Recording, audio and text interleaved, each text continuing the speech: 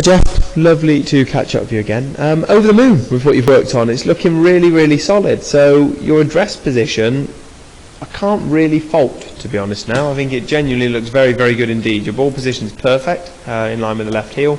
Your width of stance is solid.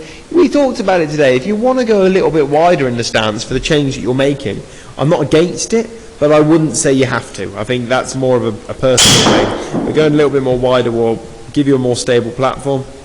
The only downside, as we said, it potentially could reduce the likelihood of rotation. So just something to think about there. But no, really genuinely happy with your address. Posture's good. Your feet are aiming straight, and I've not had a single shot today where your feet have ended up starting to trying to get closed again. So happy with that.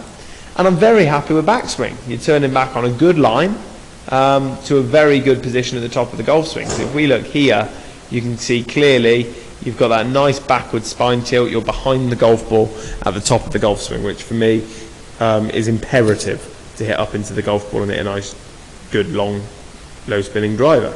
The issue for me, very, very simply, is when we look at swinging down here now, look what happens. Look at your lunge into the ball. So what that nice spine lean was doing now has got in front of the golf ball by a good 5-6 inches. The problem is, as we said, if you're driving into that left side more, what's that going to do? It's going to create more of a downward blow into the golf ball.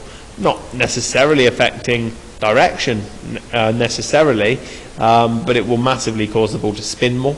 What affects direction is the fact that if you lunge in front of the golf ball, your club now is playing catch up with your body. If you don't manage to catch it up, it's open at impact and it's flying right. So again, we could show you hundreds of tour pros. I showed you a few good examples during the lesson. Alex Noren here is an awesome driver of a golf ball. And if you look at the difference, again, a very similar angle of spine tilt to yourself at the top of the golf swing.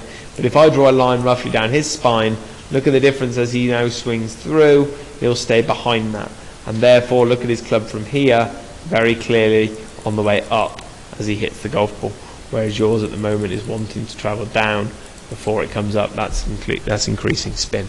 So again, as you practice this, to be honest, impressive in a short space of time. If I draw a line through the middle of your head and look at your lunge into that side, as you can see, you have realistically moved forward by 5-6 inches at least.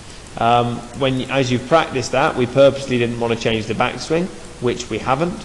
We draw the same line straight through the middle of your head and nose, and you can see during to the same point of the downswing, you can see your body's moved, literally way more than half, probably closer to a third of the amount, which is great. So you're staying further behind the ball, which causes that club to bottom out here and therefore hit up into the golf ball more, reducing spin and therefore increasing yardage. A little bit to think about.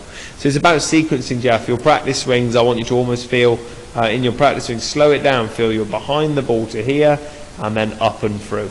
I don't want long term seeing you practicing staying behind it. I'll see you in 3 weeks time and you're hitting everything off the back foot with a big hook. Would not be a lot of fun for anyone involved. Give us some practice, Jeff. Lovely to see you, and as always, if you've got any questions in the meantime between now and when I next see you, just WhatsApp them over, because it's important that we stay in touch and you stay on top of everything. Give us some practice. We'll see you soon.